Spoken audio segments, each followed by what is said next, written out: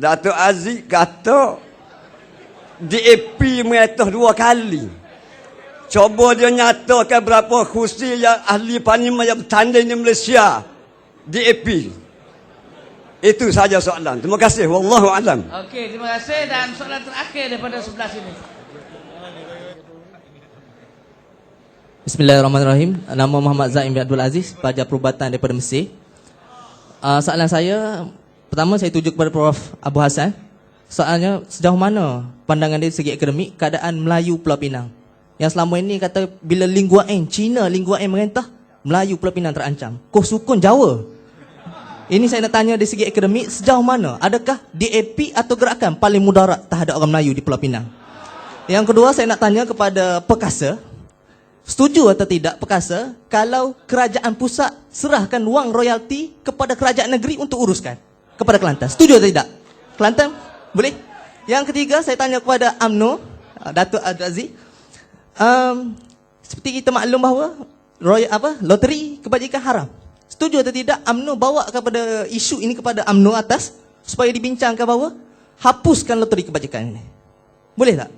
Okey. Itu. Okey, terima kasih. Dan saya nak bagi satu peluang kepada wanita untuk bertanya soalan dan selepas itu soalan ditutup. Okey? Bismillahirrahmanirrahim. Assalamualaikum warahmatullahi wabarakatuh. Nama Dr. Irwani Abdullah, pensyarah Undang-Undang Universiti Islam Antarabangsa Malaysia. Pensyarah Undang-Undang dan Syariah. Simple je soalan dia.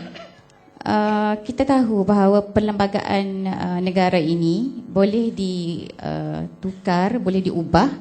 Maksudnya apa-apa peruntukan melibatkan agama Islam, hak kita sebagai warga negara Malaysia, orang Islam, orang Melayu, boleh juga diubah sekiranya anggota MP, ahli parlimen tu 2/3 mengundi untuk mengubah perlembagaan itu. Jadi apakah garanti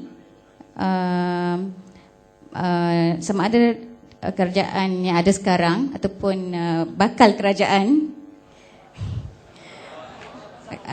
okey, apakah garanti apa-apa kerajaan yang akan datang untuk mempertahankan bahawa perlembagaan Malaysia ini dikekalkan sebagaimana sekarang ini, kan?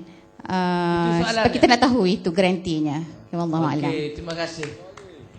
So kita tutuplah sesi soal jawab dengan ahli panel setakat ini sahaja.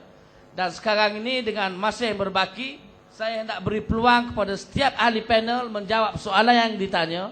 5 minit seorang saya kira, dan selepas 5 minit loceng akan dibunyikan sebanyak 2 kali. Kalau ahli panel rasa ada idea lagi, kita tambah 1 minit. Cukup 6 minit ahli panel berhenti untuk berucap dan menggulung perbincangan kita pada malam ini. Saya mulakan pertamanya dengan Dr. Abu Hassan Hasbullah untuk memberi pandangan. Okey, saya rasa itu soalan yang paling penting pada malam ini sebab dia berkaitan dengan kuasa Melayu. Saya ingin memperjelaskan secara akademik, ya, bukan melibatkan mana-mana sentimen politik, tetapi kemungkinan akan menyentuh sentimen tersebut. Okey, sebab terserah pada taksiran, cuma ini data dia. Okey, Melayu di Penang, kuasa Melayu di Pulau Pinang ada 2 perkiraan dia. Pertama, sistem politik. Sistem politik yang telah berlaku di Penang bermula daripada hari kemerdekaan, di mana gerakan sebelum itu belum menyertai kerajaan persekutuan, dan seterusnya kerajaan persekutuan telah pun terbentuk dengan kuasa yang ada kepada gerakan bagi tempoh itu. Manakala bagi tempoh yang ada sekarang oleh Pakatan Rakyat di bawah kepimpinan DAP baru 3 tahun, maka secara purata semua isu Melayu yang terjadi, kekurangan tanah Melayu di Pulau Pinang, kekurangan aset Melayu, kuasa ekonomi Melayu, politik Melayu dan segala macam yang berlaku di Pulau Pinang sudah pasti dari aspek sejarah ialah bermula daripada masalah sejarah tadi. Bermaksud kenapakah kuasa Melayu di Pulau Pinang itu terhakis dalam tempoh kemerdekaan sehinggalah kepada PR mengambil pemerintahan. Bermaksud tanggungjawab itu perlu diserahkan kepada kegagalan sistem yang sebelum itu di bawah kerajaan yang selama ini, iaitu Barisan Nasional. Sebab tempoh itu begitu panjang. Jadi tanah Melayu kurang, kuasa ekonomi Melayu tidak wujud, kuasa politik Melayu tidak wujud, kuasa sosial Melayu tidak wujud di Pulau Pinang. Akibat period pemerintahan itu tidak menguruskan kuasa Melayu dengan baik.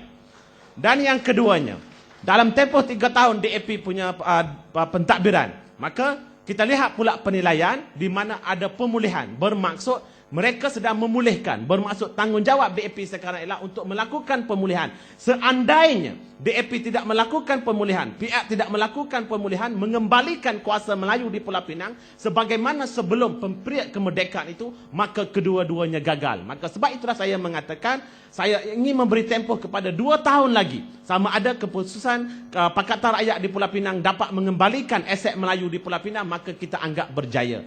Cuma saya ingin mengatakan, DAP sekarang, di bawah pentadbiran Pakatan Rakyat sekarang, mengikut kajian yang kita dapati, harus dan mesti melakukan pemulihan. Ini tanggungjawab. Sebab itu saya mengatakan tahniah kerana telah melakukan pemulihan. Saya harus akui itu. Terima kasih Dr. Abu Hassan. Kita serah kepada Dr. Ashraf. Pertama, saya rasa penting untuk saya ulang sekali lagi apa yang disebut oleh Allah Subhanahu Wa Taala dalam Al-Quran, wala yajrimannakum syana'anu qaumin ala alla ta'dilu i'dilu huwa aqrabu littaqwa. Janganlah kebencian kita kepada satu kaum itu menyebabkan kita berlaku tidak adil kepada kaum itu. Berlaku adillah kerana adil itu dekat dengan takwa. Kenapa saya perlu tekankan ini? Kerana sebagai orang Islam, kita kena objektif. Maknanya apa? Maknanya tidak semua perkara yang dibuat oleh satu pihak itu betul semuanya, dan tidak semua yang dibuat oleh satu pihak yang lain salah semuanya.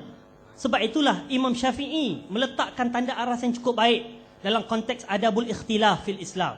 Dalam konteks adab-adab berbeza pendapat dalam Islam. Ada perkara-perkara yang kita harus bertolak ansur apabila kita berbeza, dan ada perkara-perkara yang kita harus bekerjasama. Itu prinsip dia. Kenapa saya sebutkan begitu? Kerana banyak soalan-soalan yang diajukan tadi, seolah-olah tidak ada satu pun yang baik di dalam UMNO dan juga kerajaan. Kita hanya memfokuskan semua yang buruk-buruk saja. Itu tidak betul. Begitu juga saya ingin pertahankan bahawa tidak ada pun yang benda yang PAS buat itu semuanya salah. Ada kerajaan PAS buat benda yang bagus. Sebab itulah saya, kalau tengok dalam Facebook saya pun, kerajaan PAS apabila dia mengharamkan loteri, saya antara yang paling kuat menyokong. Saya kata, ini adalah fakta. Maknanya perkara yang PAS buat benda yang baik, kita kena kata betul. Begitu jugalah dalam konteks hukum Allah, hukum Islam. Kita kena ingat, ada 2 perkara penting yang kita kena ingat dalam konteks perbahasan ulama sejak daripada dulu, sehingga disiplin siasah syariah dibangunkan. Prinsip pertama kita kena ingat, perkara pertama kita kena terima hukum itu secara keseluruhannya. Tak boleh kita kata hukum itu sesuai untuk zaman ini, tak sesuai zaman itu. Tak boleh. Sebab hukum Allah ini sesuai untuk semua zaman. Okey? Setuju? Setuju? Hukum Allah ini sesuai untuk semua zaman? Al-Islam salih likulli zaman wa makan. Setuju? Setuju. Kenapa bila saya yang cakap, sebab saya bukan ahli PAS, takut-takut nak jawab setuju ke tak? Maknanya anda masih belum menonjolkan ciri-ciri seorang Islam tadi. Okey, memang saya nak jawab. Sebab itu soalan saya ni, sebab itu aspek yang kedua, selepas kita terima hukum itu secara keseluruhannya, aspek yang kedua dari segi perlaksanaannya. Sebab itulah siasah syariah itu berkembang. Kita tidak akan mampu buat secara keseluruhannya dalam satu masa. Itu realiti. Sebab itu apabila saudara bertanya, kenapa 53 tahun UMNO tidak buat hudud? Jawapan itu telah diberikan oleh Datuk Seri Azizan, seorang ulama dan juga Menteri Besar Kedah, yang mengatakan untuk kita melaksanakan hudud, kita perlu mempersiapkan banyak aspek. Masyarakatnya harus bersedia. Kena ingat, hukum Allah ini bersifat ta'abudi. Hukum Allah bersifat, anda bukan mahukan kebenaran, anda mahu bercakap untuk melepaskan geram. Itu bezanya. Kalau anda bercakap untuk melihat kepada kebenaran, saya ingin terangkan. Kalau anda tidak mahu mendengar kebenaran, saya tidak payah menerangkan, tak payah hadir pun pada malam ini. Tuan-tuan dan puan-puan, hadirin dan hadirat, sebab itu kita kena ingat, pelaksanaan hukum hudud, dan hudud itu bukannya keseluruhan hukum syarak. Dia adalah sebahagian dalam hukum syarak. Banyak lagi aspek-aspek lain yang juga penting, ataupun lebih penting, lebih aula daripada hukum hudud. Kenapa kita seolah-olah menonjolkan bahawa potong tangan itulah lebih aula dalam hukum Islam? Itu tidak betul. Dari segi pendekatan uslub dakwah pun salah. Kita memberikan tanggapan kepada orang bukan Islam bahawa Islam ini apabila bercakap soal hukum, dia hanya berkaitan soal rejam. Hukum dia kena potong tangan. Ini menakut-nakutkan orang bukan Islam. Itu tidak betul dari segi dakwahnya. Okey. Yang kedua, saya nak jawab dalam konteks kenapa perkasa. Kerana saya bukan mewakili hari ini, mewakili UMNO. Sebab itu saya bercakap dalam atas kapasiti perkasa sebagai sebuah NGO. Dan perkasa diwujudkan. Kerana apa saya begitu tertarik dengan perkasa? Kerana perkasa satu-satunya NGO yang boleh bercakap tidak ada masalah. UMNO buat benda yang salah, kita tegur. Bahkan demonstrasi-demonstrasi yang buat. PAS buat benda yang tak betul pun kita tegur. Siapa yang bercakap soal Melayu dan juga Islam selepas PRU ke-12? PAS macam kelu 1000 bahasa. UMNO takut nak bercakap kerana takut hilang undi. Kerana nak dapat balik orang Cina punya undi, orang India punya undi. Jadi siapa yang bercakap soal Islam? Siapa yang bercakap soal mempertahankan perkara-perkara fundamental dalam perlembagaan? UMNO dan PAS kedua-duanya kelu 1000 bahasa. Kerana apa? Masing-masing ada orang yang hendak dijaga hatinya, iaitu bukan Islam. Ini prinsipnya. Jadi sebab itulah saya bercakap sebagai kesimpulan akhirnya. Saya bercakap supaya tuan-tuan dan puan-puan, saya doakan kepada Allah supaya kita sama-sama dibukakan pintu hati kita menerima hidayah. Kita sama-sama berdoa. Ini untuk kita semua. Bukan saya kata you all, anda semua sajalah yang perlu diberi hidayah. Tidak. Untuk saya sendiri, untuk rakan-rakan di sini. Kerana kita orang Islam. Dan apa yang saya doakan supaya kita melihat bahawa Islam itu buat kesekian kalinya lebih tinggi daripada parti politik. Parti politik matlamat dia nak menang pilihan raya. At all means. Buatlah apa sekarang untuk menang pilihan raya. Islam sebagai agama tidak terkait dengan soal nak menang pilihan raya. Islam dan politik adalah sebahagian daripada kerangkuman Islam itu sendiri. Tapi parti politik ada hadnya. Kerana parti politik dia berbeza dengan agama. Parti politik matlamatnya nak menang pilihan raya. Sebabkan nak menang pilihan raya, sanggup kita menggadaikan prinsip kita.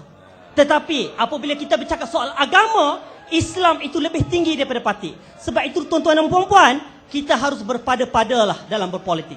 Marilah saya ajak kepada tuan-tuan dan hadirin-hadirat, kita bersama dalam mempertahankan Islam dan hak-hak dan kepentingan kita. Wassalamualaikum. Terima kasih Dr. Ashraf dan saya persilakan Dato' Aziz untuk memberi rumusan. Terima kasih kepada semua hadirin yang saya hormati sekalian. Terima kasihlah, saya rasa saya yang paling popular hari ini. Sebab kena hentam banyak sangat. Tak apa, terima kasih. Saya ambil itu semua sebagai ikhtibar. Tiap-tiap hari kita belajar satu perkara yang baru. Jadi kepada Pakcik tadi, jangan emosi sangat Pakcik. Pakcik panggil saya Aziz, hitam, hina pun tak apa. Saya terimalah Pakcik. Tapi yang pentingnya di sini, kita tak patut, saya nak bagi tahu kat Pakcik, tak patut kita nak mengaibkan mana-mana pihak. Kita datang dengan niat yang baik. Kita datang niat yang baik untuk kita berjumpa, kita bermusyawarah. Tadi tak apalah, saya terima apa yang Pakcik cakap dan insya-Allah apa yang saya patut bawa balik ke mesyuarat ahli majlis tertinggi, saya akan sebut apa yang Pakcik sebut tadi. Kepada seorang lagi tadi, ada Pakcik tadi bagi tahu saya mendahului Tuhan. Tak betul. Saya dengar Pakcik tak dengar habis ayat saya tadi. Mungkin saya cakap laju sangat. Saya bagi tahu kalau menang, PKR menang bersama-sama dengan rakan-rakan dia, orang tak mampu melaksanakan tanggungjawab kerana DAP akan menguasai. Itu yang saya sebutkan tadi. Apalah salah kiranya kalau kita boleh berbaik-baik. Betul tahun 1974 saya tahu. Walaupun saya kecil saya tahu. Tapi saya dah baca sejarah. Saya bukan buta sejarah Pakcik. Saya tahu. Tapi sekarang ni saya minta apalah salah dan kiranya kita beri peluang sekali lagi untuk kita bersama-sama dalam memperjuangkan agama Islam. Terpulang, ini cadangan saya. Terpulang pada tuan-tuan. Kalau tak nak, kami akan teruskan.